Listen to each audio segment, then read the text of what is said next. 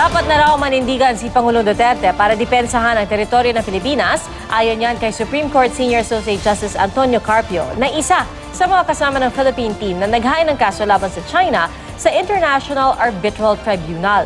Sa gitna ito ng ulat na plano di umano ng China na magtayo ng radar station sa Scarborough o Panatag Shoal. Git naman ng Pangulo, hindi niya mapipigilan ng China kung itutuloy ito. Hindi din daw matatapatan ng Pilipinas ng China pagdating sa lakas ng militar. Pero hindi naman daw ibig sabihin na isinusuko na ng Pilipinas ang Panatag Shoal. May report si Chino Gaston.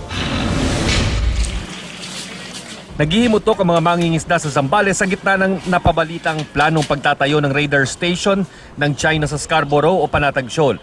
No to structure. Wala pong itatayo struktura na namang struktura diyan po sa Baho de Masinloc. Hindi totoo na maliwanag na malayang nakakapangisda doon ng mga mangingisdang Pilipino, lalong-lalo na ang mga mangingisda ng Zambales.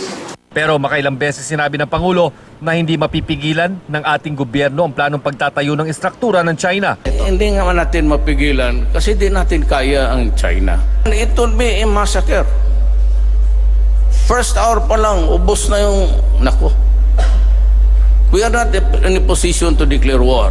Paniwala naman ni Senior Associate Justice Antonio Carpio, ang pagsasabing hindi mapipigilan ng Pilipinas ang China ay lalo pang humihikayat sa mga Chinese na magtayo ng istruktura sa Scarborough Shoal. Sakali raw matuloy ang paglalagay ng radar station, makukompleto na ang radar coverage ng China sa buong South China Sea at may sulong ang Air Defense Identification Zone. Dahil may iba pa silang military installation sa iba pang pinag-aagawang teritoryo, magagamit daw ito para maipatupad ang 9-dash line. Ibig sabihin, makukuha ng China ang 80% ng exclusive economic zone ng Pilipinas at 100% ng extended continental shelf natin sa West Philippine Sea. Si Carpio ang isa sa mga kasama ng Philippine team na naghain ng kaso laban sa China sa arbitral court. Hamon ni Carpio sa Pangulo, depensahan nito ang ating teritoryo bilang Commander-in-Chief ng AFP. Kabilang daw sa mga pwedeng gawin ang paghain ng formal protest, ipadala ang Philippine Navy para magpatrol, ipadeklara sa Amerika na bahagi ng Philippine territory ang Panatag Shoal para sa Mutual Defense Treaty dahil bahagi na ito ng bansa noong American colonial period. Sang-ayon dito si dating National Security Advisor Roy Logoles. Lalo't sa nakalap niyang impormasyon, magtatayo rin daw ng runway, government center, living quarters, radar facility at resort ang China sa Panatag Shoal. It will be a clear and present danger to our national security and to the security of the entire region. Sagot naman ni Pangulong Duterte, wala pang kakayanan ng ating militar para komprontahin ang China. Pero hindi naman daw ibig sabihin na isinusuko na ng Pilipinas ang Panatag Shoal.